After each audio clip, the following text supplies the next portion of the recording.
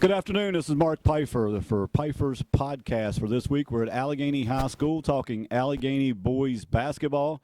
And to my left is the head coach of the Mountaineers, Nolan Caldwell. And to my right, a pair of juniors, Chase Woodard to my far right, Kent Rookland right here to my immediate right. Nolan, let's talk basketball. This your second year at the helm of the Mountaineers. Last year, 6-16. This year, 11-9 so far. The turnaround is happening. Talk about the transition, however, maybe last year's transition. Thumper Leach had a job some 11 years. You were an assistant for him. Talk about the transition in the program and maybe what you learned in your first year that's translated into wins the second year. Well, like I said, last year was my first year. Not a whole lot of experience.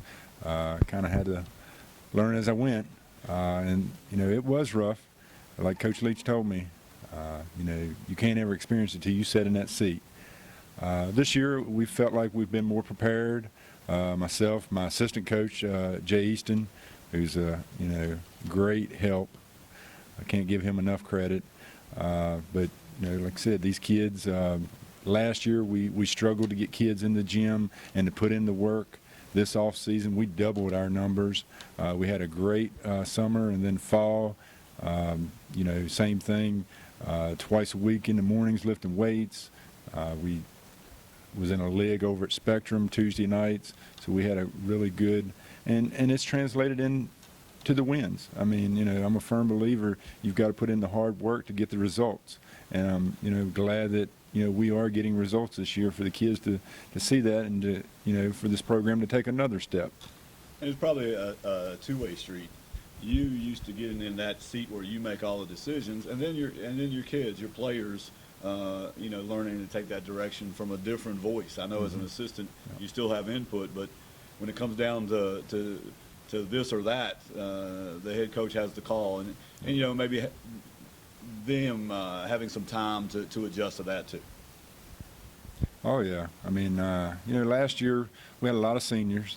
And, I'm sure that was tough. They had played for Coach Leach for, a couple years and, a new guy coming in. This year, we only had four returning kids.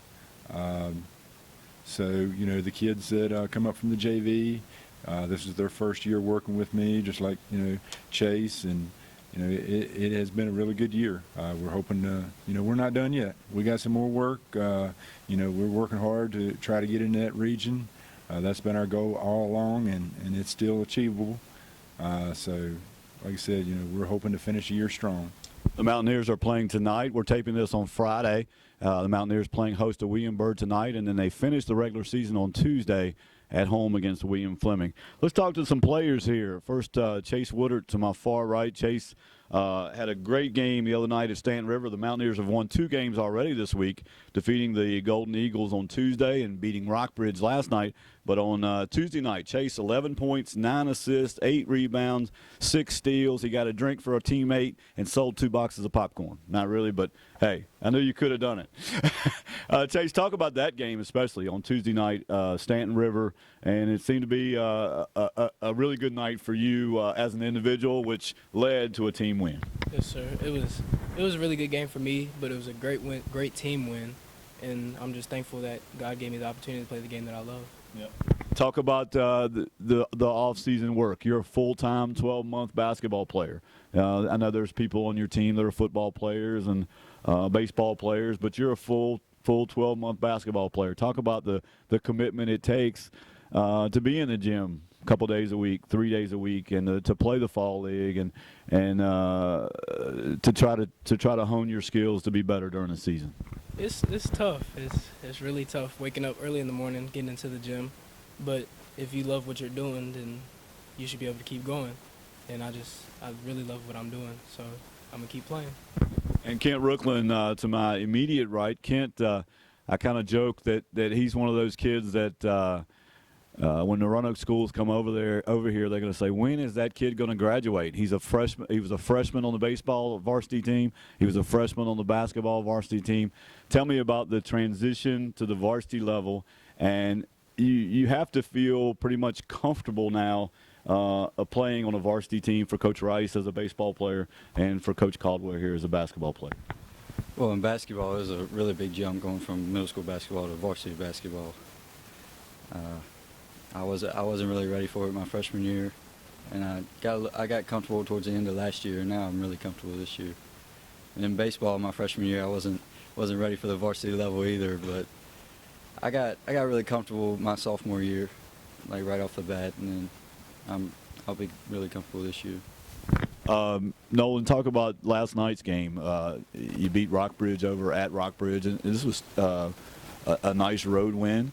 22 baskets, 22 field goals, 18 assists. So that is definitely efficiency and sharing the basketball, which as a coach myself, you're always looking for that extra pass and that easy basket off an assist. Yeah, like I said, anytime you can get a road win, and we've gotten 2 this week, so we're very fortunate. Rockbridge has been playing really well the last month. They're like us. They're a rural school that, competes in the Blue Ridge, and they have been competing with Botetourt and Fleming and Bird, those teams. So to go over there last night, and we were really proud of that win. We did share the ball for 3 quarters. We got a little stretch there in the second quarter that we kind of got in some one-on-one stuff. They've got a really outstanding player over there in Shanique Ware.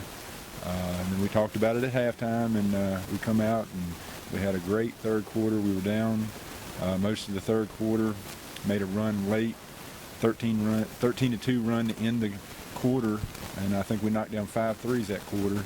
So we were able to take control of the game and finish strong and knock down some free throws there at the end of the fourth quarter to close out the victory. Ken, let's talk about a little bit about being a student athlete. For most fans, parents, they know what you put in.